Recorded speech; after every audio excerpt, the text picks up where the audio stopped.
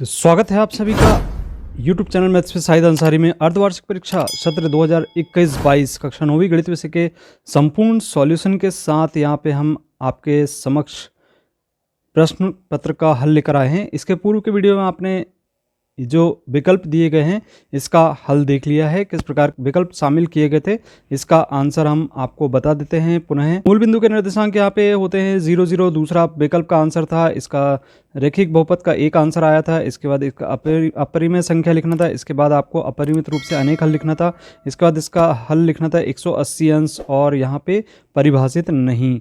Next question में आपको इसके हल लिखना था। यहाँ पर इसका पहला ऑप्शन था ऋण 4, दूसरे का हल था 60 अंश और यहाँ पे रेखीय युग्म लिखना था। इसके बाद परिमेय संख्याएं इसका हल आएगा और इसके बाद द्विघात बहुपद होगा और यहाँ पे शून्य का आएगा और यहाँ वास्तविक संख्याओं इसका आंसर होगा। नेक्स्ट सही जोड़ी में जैसा कि आपको हमने बताया था कि ये इसकी सही जोड़ी आपको देखने को मिल रही है, इसका F था। इसको हल करते हैं तो इसका आंसर A आता है। इसका आंसर आपको जैसा कि पता है यहाँ पे इसका आंसर 14 आएगा। इसके बाद इसका हल C के रूप में मिल गया था ऋण 2। इसका 2/5 को हम B के रूप में हल कर लेते हैं और यहाँ पे इसका आंसर D था। नेक्स्ट क्वेश्चन आप देख रहे हैं यहाँ पे जैसा कि शब्दों में उत्तर लिखना था, तो शब्दों में उत्तर लिखने के लिए यहाँ पे आपको 7 और 5 12 ऋण ये दोनों कैंसिल हो जाती है तो 7 और 5 12 प्राप्त हो जाता है। यहाँ बीच में आपको धन का चिन्ह लगाना था तो यहाँ पे इसका हल हो जाता है 12। 30 अंश के पूरक कोण का मान, तो 90 में से 30 को घटाना था और जैसे ही घटाते तो यहाँ पे 60 अंश प्राप्त हो जाता है। इसी प्रकार से 0 व 1 के बीच में परिमेय संख्या लिखिए तो इसको 1/2 ए धन बी अर्थात इसका आंसर आता है 1/2।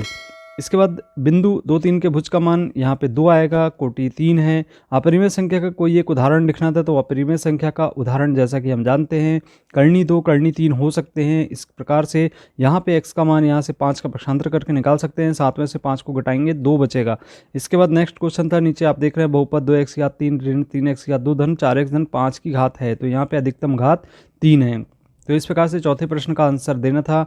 इसी प्रकार से निम्न प्रश्नों में सत्य और असत्य लिखना था, तो पहला सत्य है, यहाँ पर रैखिक बहुपद है और इसके बाद यहाँ पे शीर्षम कोण बराबर होते तो ये भी सत्य है और यहाँ पे इसको हम कहेंगे असत्य क्योंकि यहाँ पे पर कर्णी 3 अपरिमेय संख्या है और इसी प्रकार से अचर बहुपद की घात 1 नहीं होती है, इसकी 0 होती है, तो यहाँ पे भी इसका मान असत्य होगा इसका हल। इसके बाद 2 परिमेय संख्या, इसका मान सत्य है और इसी प्रकार से ये अंतिम प्रश्न जो परिमेय संख्या होती है तो ये भी सत्य होगा। नेक्स्ट क्वेश्चन जैसे कि हम देख रहे हैं, दी गई आकृति, यहाँ पे एक छायांकित आकृति आपको देखने को मिल रही है। ये इस तरीके से एक आकृति है और इसमें हम देख रहे हैं कि यहाँ पे इस प्रकार से ये छायांकित आकृति 3 भाग इसके छायांकित है तो इसका हल 3/4 होगा। नेक्स्ट क्वेश्चन है जैसा कि यहाँ पे दिखाई दे रहा है तो इसको सरल करना था। तो जैसा कि आप स्क्रीन पे देख रहे हैं यहाँ पे इसका जो हल है वो इस तरीके से निकल के आ जाता है। इसको हम इस प्रकार से हल कर लेते हैं और यहाँ पे 7 लघुत्तम लेते हुए इसको सरल करें तो 3 ऋण 5 धन 4 बराबर 2/7 प्राप्त हो जाता है। नेक्स्ट क्वेश्चन है यहाँ पे, तो जैसा कि हम देख रहे हैं स्क्रीन पर इसका अगला प्रश्न है, यहाँ पे दिए गए बॉक्स में हल करके लिखना था, तो यहाँ भागफल और शेषफल लिखा जाना था और यहाँ पे इसके अथवा में सरल करने वाला प्रश्न था 4/5 भागित 8/10। तो इसका हल हम देख लेते हैं, इस प्रकार से करना था। 50 में 7 का जब हम भाग देते हैं तो यहाँ पे भाग देने पर हमें 7 बार भाग चला जाता है, इसमें 7 भागफल और 1 शेषफल प्राप्त हो जाता है। इसी प्रकार से दूसरा प्रश्न जैसा कि हम देख रहे थे स्क्रीन में, यहाँ पे 4/5 और भागित 8/10 यदि करते हैं तो 4/5 गुणित 8/10 10/8 करते हैं, तो इसको गुणा कर देते हैं 10/8 करके। यहाँ पे भाग का जो चिन्ह था वो गुणा में कन्वर्ट हो जाता है जिससे इसका हल 1 प्राप्त हो जाता है। तो इस प्रकार से इसका हल 1 होगा। चलिए अब जैसा कि देख रहे हैं यहाँ पे हम जो छायांकित भाग करना था, यहाँ पे 2/3 भाग को छायांकित करना था, तो 2/3 को इस तरीके से छायांकित नहीं किया जा सकता था। यहाँ पे आपको दिखाई दे रहा है 2/3 लिखा है, तो यहाँ 6 भाग है तो नीचे हमें 6 बनाना पड़ेगा पहले, तो इसमें 2 का गुणा करना पड़ेगा। ऑब्वियसली ऊपर भी 2 का गुणा करेंगे तो ये 4/6 हो जाएगा। तो यहाँ पे हम कोई 4 भाग को छायांकित कर देते हैं। इस प्रकार से हमने 4 भाग को छायांकित कर दिया, इसका हल हो गया। अब इस तरीके से नेक्स्ट क्वेश्चन है, इसके अथवा में जैसा कि हमें स्क्रीन पे दिखाई दे रहा है, यहाँ पे 1 दर्जन केले का मूल 60 रुपये है, अर्थात 12 केले का मूल हमें दिया गया है, तो 12 केले का मूल 60 रुपये हुआ, तो इसका हल होगा 60 गुणित 4/12 और 12 पंचे होता है 60, 5 चौ होता है 20। तो इस प्रकार से इसका हल होगा 20। नेक्स्ट क्वेश्चन है 9वां क्वेश्चन, जिसमें कि हम देख रहे हैं x बराबर 0 है और यहाँ पे यदि 0 रखते हैं इस पर मान, तो यहाँ पे किस तरीके से हल हो जाता है। तो यहाँ जैसा कि देखने को मिल रहा है कि बहुपद हमें ये 5x ऋण 4x या 2 3 है, x बराबर 0 यदि रखते हैं तो इसको सरल करने पर हम पाते हैं कि यहाँ पर ये 3 के बराबर इसका हल प्राप्त हो जाता है। इसी का नेक्स्ट क्वेश्चन था 7 धन 3x को हल करना था और देखना था कि ये बहुपद है अथवा नहीं। तो इसके लिए हमने इस तरीके से इसको हल कर लिया, यहाँ से x का मान निकाल लिए ऋण 7/3 और जैसे ही बहुपद में ऋण 7/3 रखते हैं तो यहाँ 0 होना चाहिए और ये 0 नहीं हो रहा है, इसलिए हम कहेंगे कि यहाँ पे ये इसका गुणनखंड नहीं है। अब नेक्स्ट क्वेश्चन है यहाँ पे प्रश्न क्रमांक 10, जिसमें हमें 8 करनी 15 को 2 करनी 3 से भाग देना है और इसी के अथवा में एक क्वेश्चन और आया था 6 करनी 5 का 2 करनी 5 में गुणा करना। जैसा कि हम देख रहे हैं यहाँ पे इसको सबसे पहले इस प्रश्न को हल करना था। यहाँ पे 8 करनी 15 बटे 2 करनी 3, तो इसे हम लिख देते हैं यहाँ पे 4 करनी 5 गुणित करनी 3 और ये करनी 3 से करनी 3 को हम कैंसिल कर देते हैं और इस प्रकार से हमें 4 करनी 5 के बराबर हल प्राप्त हो जाता है। इसके अथवा में 6 करनी 5 का गुणा, यहाँ पे आप जैसा देख रहे हैं 2 करनी 5 में करना था, तो यहाँ पे करनी 5 का करनी 5 में गुणा करके 5 प्राप्त हो जाएगा और 6 दूनी 12 गुणित 5 अर्थात इसका आंसर निकल के आएगा 60 के बराबर। नेक्स्ट क्वेश्चन है, जैसे कि स्क्रीन पे दिखाई दे रहा है यहाँ पे, यदि किसी त्रिभुज के 2 कोण 60 अंश और 45 अंश हैं तो तीसरा कोण ज्ञात कीजिए और इसी के अथवा में यदि किसी त्रिभुज के कोणों के अनुपात 1:2:3 है तो प्रत्येक कोण का मान ज्ञात कीजिए। तो इसको भी सरल करते हैं, क्योंकि हम जानते हैं कि तीनों कोणों का योग 180 अंश होता है। इससे हम कोण एक धन कोण बी धन कोण सी का मान 180 अंश लिखेंगे। 2 कोण का मान हमें ज्ञात है, तीसरे कोण का मान हम ज्ञात कर लेते हैं, पक्षांतर करके आएगा 75 अंश के बराबर। नेक्स्ट क्वेश्चन इसी के अथवा में यहाँ पे हमें 1:2:3 के रूप में यहाँ पे दिया गया है मान और इसको हम इस तरीके से कुछ सरल कर लेते हैं।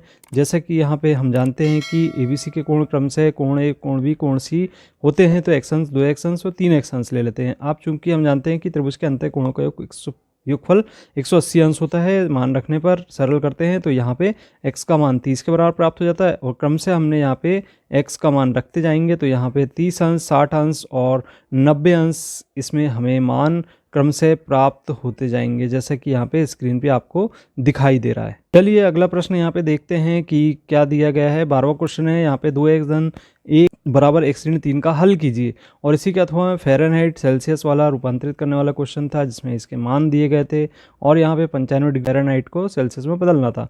तो इसके लिए हम पहले समीकरण को हल करते हैं। x धन 1 बराबर x ऋण 3 है और इसे पक्षांतर कर दें तो पक्षांतर करने पर हम पाते हैं x वाले को एक तरफ और बगैर x वाले को एक तरफ ले जाते हैं और जिसका हल यहाँ पे x बराबर ऋण 4 हमें प्राप्त हो जाता है। इसी प्रकार से फ़ारेनहाइट वाले क्वेश्चन में फ़ारेनहाइट को सेल्सियस में बदलना था, तो यहाँ पे हमें मान दिया गया था और इस सूत्र में हमें यहाँ पे f का मान 95 रख के सरल करना था। पक्षांतर करके हम सरल करेंगे तो यहाँ पे c का मान 35 के बराबर हमें मिल जाता है। नेक्स्ट क्वेश्चन है, जैसा कि यहाँ पे स्क्रीन पे दिखाई दे रहा है, प्रश्न क्रमांक 13 2 नंबर में ही आया था। इसका प्रश्न है निम्नलिखित संख्याओं में परिमेय अपरिमेय संख्याएं बताइए। तो यहाँ पे आप जैसा कि देख रहे हैं इस प्रश्न में परिमेय और अपरिमेय संख्या हमें बताना है प्रश्न क्रमांक 13 में। और यहाँ पे पहली जो संख्या है ये हमारी अपरिमेय संख्या है क्योंकि करनी 5 है और यहाँ दूसरे में करनी 7 से करनी 7 कैंसिल होके 3/7 हमें मिल जाता है, जिससे यह परिमेय संख्या होगी। तो पहली अपरिमेय है और दूसरी परिमेय है। इसी प्रकार यहाँ पे दूसरा क्वेश्चन था, इसे हमें सरल करना था। तो इस करनी 5 ऋण करनी 3 गुणित करनी 5 धन करनी 3 को, तो ये स्क्रीन पे हम देख रहे हैं यहाँ पे जैसे कि 13वां का अथवा क्वेश्चन है। यहाँ आप देख रहे हैं कि ये करनी 5 ऋण करनी 3 और करनी 5 धन करनी 3 को बराबर के चिन्ह लेके हम यहाँ पे गुणा करते हुए चलते हैं। करनी 5 का पहले कर देते हैं इस कोष्टक में, फिर करनी 3 का इसमें करते हैं और लिखते हैं और इस प्रकार से पाते हैं कि ये दोनों आपस में कैंसिल हो जाते हैं और जिससे यहाँ पे 5 ऋण 3 प्राप्त होता है और जिससे आंसर हमें 2 मिल जाता है।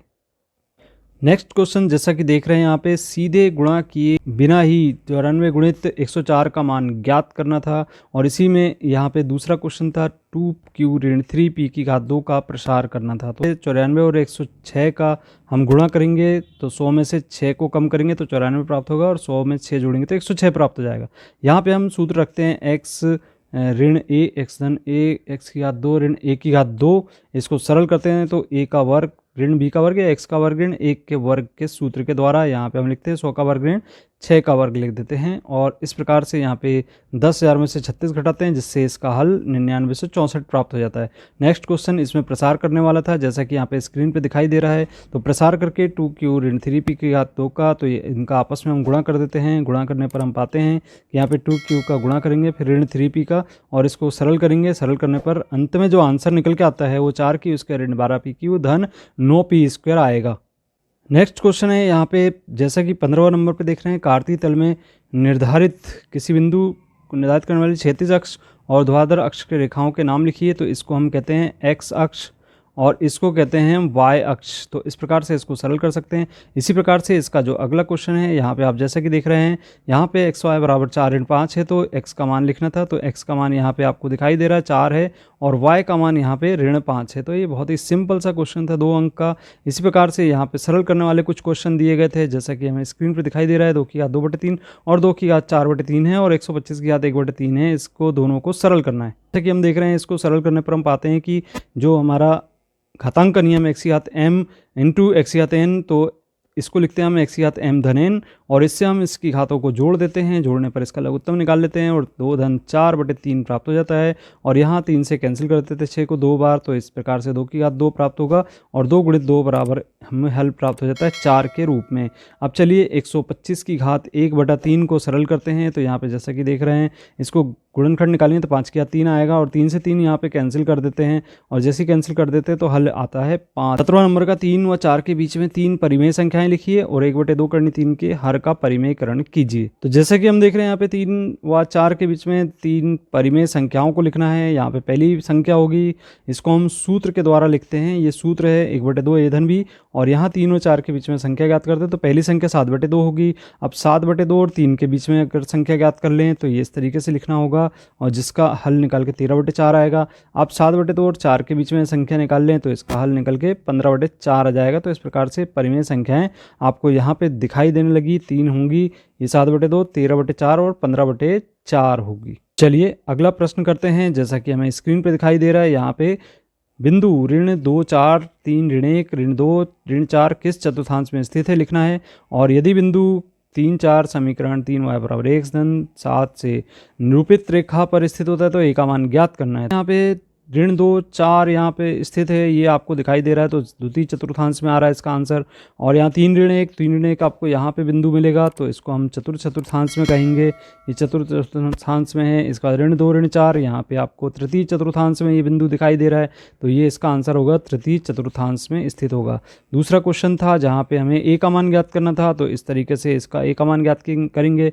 x और y के मान 3 और 4 हैं क्रम से। यहाँ पे x के स्थान पे 3 और y के स्थान पे 4 रखने पर यहाँ 12 बराबर 3 a धन 7 मिल जाएगा और इस तरीके से इसको सरल करते हैं तो यहाँ पे a का मान 5/3 निकल आएगा। क्वेश्चन नंबर 19 दिखाई दे रहा है, जैसा कि यहाँ पे ये क्वेश्चन, इसको आप सरल कर सकते थे। किसी समकोण त्रिभुज का एक कोण 56 अंश है तो अन्य कोण ज्ञात कीजिए। तो यहाँ देख रहे हैं त्रिभुज ABC जिसमें एक कोण हमें 90 अंश ज्ञात है और समकोण दिया गया इसलिए, और एक कोण 56 अंश ले लेते हैं। तब इस स्थिति में हम देखते हैं कि कोण सी का मान हम ज्ञात कर सकते हैं। चूंकि त्रिभुज के तीनों अंत कोणों का योगफल 180 अंश होता है और इससे हम इसको लिखेंगे कोण धन कोण B धन कोण C बराबर 180 अंश। तो यहाँ से हम कोण C का मान पक्षांतर करके निकाल सकते हैं। इसका हल प्राप्त होगा C बराबर 34 अंश के बराबर। प्रश्न क्रमांक 20 जैसा कि दिखाई दे रहा है, बहुपद है, इसके गुणनखंड ज्ञात करना है 12x की घात 2 ऋण 7x धन 1 का, और इसके अथवा में दिया गया 104 की घात 3 का मान ज्ञात कीजिए। यहाँ पे जो बहुपद दिया गया है उसका हल हम देख रहे हैं, 12x की घात 2 ऋण 7x धन 1, इसमें 12 में 1 का गुणा करेंगे तो 12 होगा और इसको 4 3 7 को इस तरीके से लिखेंगे, ऋण 4 ऋण 3x, और इससे सरल करेंगे इसके समूह बना लें। समूह बना के हम यहाँ से उभयनिष्ठ ले लें और इसको सरल कर दें तो 3x ऋण 1 और 4x ऋण 1 इसका हल होगा। क्वेश्चन जैसा कि 104 की घात 3 को सरल करना था तो इसे हम लिखेंगे 100 धन 4 की घात 3 और a धन b की घात 3 के सूत्र से यहाँ पे हम मान रखते हैं a का मान आप 100 रख दें और b का मान 4 रखें। तो इस प्रकार से हम सूत्र में मान रख के हल कर सकते हैं। 11,24,864 आएगा। प्रश्न क्रमांक 21 का यहाँ पे सिद्ध करो कि दो रेखाएं जो एक ही रेखा के समानांतर हो, परस्पर समांतर होती हैं, और दिए गए चित्र में ए बी समांतर सी डी तथा सी डी समांतर ई एफ, वाई अनुपात जेड बराबर 3:7 है। तो एक्स का मान ज्ञात कीजिए। इसका हल कुछ इस प्रकार से होगा। तो पहले तो आकृति में ए बी और सी डी समानांतर हैं, सी डी ई एफ के समानांतर है, चित्र आपको दिखाई दे रहा है। और इस तरीके से हमें यहाँ पे समीकरण नंबर 1 प्राप्त कर लेना है, और फिर इसके बाद समीकरण नंबर 2 z धन y बराबर 180 प्राप्त कर लेना है। समीकरण हमें इस प्रकार से प्राप्त हो जाता है, और फिर इसके बाद हम y और z का अनुपात इस तरीके से रखकर इसके बराबर a लिखेंगे। तो यहाँ पे y बराबर 3a और z बराबर 7a मान रखने पर समीकरण 2 से हम हल करेंगे तो यहाँ पे a का मान 18 डिग्री प्राप्त होगा, और जिससे हम यहाँ पे y और z के मान निकाल लेंगे, और इससे हमें x का मान प्राप्त हो जाएगा। क्रमांक यहाँ पे 22 देखते हैं। यहाँ पे x धन एक बहुपद एक्स स्क्वायर धन एक्स धन एक k का गुणन करना है, तो k का मान ज्ञात करना है, और इसी के अथवा में x ऋण 1 से हमें भाग देना है। तो दोनों प्रश्नों को हम देख लेते हैं। 22 में देख रहे हैं x धन 1 बराबर 0 और x बराबर ऋण 1 होगा। यहाँ पक्षांतर करने पर एक्स स्क्वायर धन एक्स धन k में एक रखेंगे x के स्थान पे, तो हल करने पर हमें k का मान 0 के बराबर मिल जाता है। इसी प्रकार से भाग देने वाला जो क्वेश्चन है, इसमें x ऋण 1 से हम भाग देते हैं। तो जैसा हम देख रहे हैं स्क्रीन पर, यहाँ पे पहला पद यहाँ जैसा दिखाई दे रहा है x की घात 4 है, इसको सरल करते हैं तो x की घात 3 आता है। तो यहाँ पे पहला पद x की घात 3, इसका गुणा इसमें करके यहाँ नीचे लिख देते हैं और चिन्ह बदल के सरल करते हैं। इसी प्रकार से यहाँ पे पहला पद 2x की घात 3 आएगा, इसको हम x से भाग देंगे तो 2x स्क्वायर होगा, ये 2x स्क्वायर लिख देंगे। फिर यहाँ पे पुनः गुणा करेंगे इससे, तो यहाँ हमें प्राप्त हो जाएगा 2x की घात 3 ऋण 2x की घात 2, घटाने पर ये दोनों कैंसिल हो जाते हैं, और कैंसिल करने पर यहाँ पे हल करेंगे 4x की घात 2 ऋण x धन 1 प्राप्त होगा। 4x की घात 2 को हम x से भाग देते हैं तो 4x प्राप्त हो जाता है, जो कि यहाँ लिखा जाएगा। तो सरल करेंगे, सरल करने पर पाते हैं यहाँ पे 3x धन 1 प्राप्त होगा। 3x में x का भाग देंगे 3 प्राप्त होगा, ये 3 यहाँ पे हम लिखेंगे और 3 का गुणा इसमें वापस कर देंगे। तो जैसा कि देख रहे हैं यहाँ पे, इसको सरल करते हैं तो यहाँ पे हमें एक 4 अंतिम संख्या के रूप में प्राप्त हो जाता है। तात्पर्य है कि जो हमारा भागफल है वह होगा x या 3 धन 2x या 2 धन 4x धन 3, और शेष फल हमें 4 प्राप्त होगा। 23वां नंबर का जो क्वेश्चन था वह इस प्रकार से दिया गया था। दिए गए चित्र में कोण ABC और कोण ACB, तो सिद्ध करो कि कोण ABD बराबर है C, और यहाँ पे ये ज्ञात करना था, आकृति खींचना था, तो कोण XYQ का मान हमें ज्ञात करना था। तो इसको कुछ इस प्रकार से हम सरल कर सकते हैं, इसको PQR के रूप में भी आप लेके चल सकते हैं। तो जैसा कि हम बता रहे हैं आपको स्क्रीन पे देख रहे हैं हम, यहाँ पे इसको हमने इस तरीके से बना लिया, चित्र यहाँ पे बना हुआ है, और यहाँ पे इसको हम PQR के रूप में यदि हल करते हैं तो इसको सरल करेंगे, रेखीय युग्म प्राप्त होते हैं। रेखीय युग्म को इस तरीके से लिख लें, इसको आप ABC के रूप में भी सरल कर सकते हैं, और इस प्रकार से आप देख रहे हैं अंत में ये सिद्ध हो जाएगा। तो बच्चों, ये था हमारा अर्धवार्षिक का गणित विषय का प्रश्न पत्र जो कि हल करना था। इसको समय 3 घंटे दिए गए थे। और आपको ये वीडियो कैसा लगा? आपने अभी तक चैनल को सब्सक्राइब नहीं किया, देखने में आ रहा है कि बहुत सारे बच्चे वीडियो को देखते जरूर हैं लेकिन सब्सक्राइब नहीं करते हैं। प्लीज़ सब्सक्राइब करें, आपका इसमें कुछ भी खर्च नहीं होता है, आपको ऐसे ही कंटेंट मिलते रहेंगे समय समय पर। तो वीडियो अंत तक देखने के लिए बहुत बहुत धन्यवाद।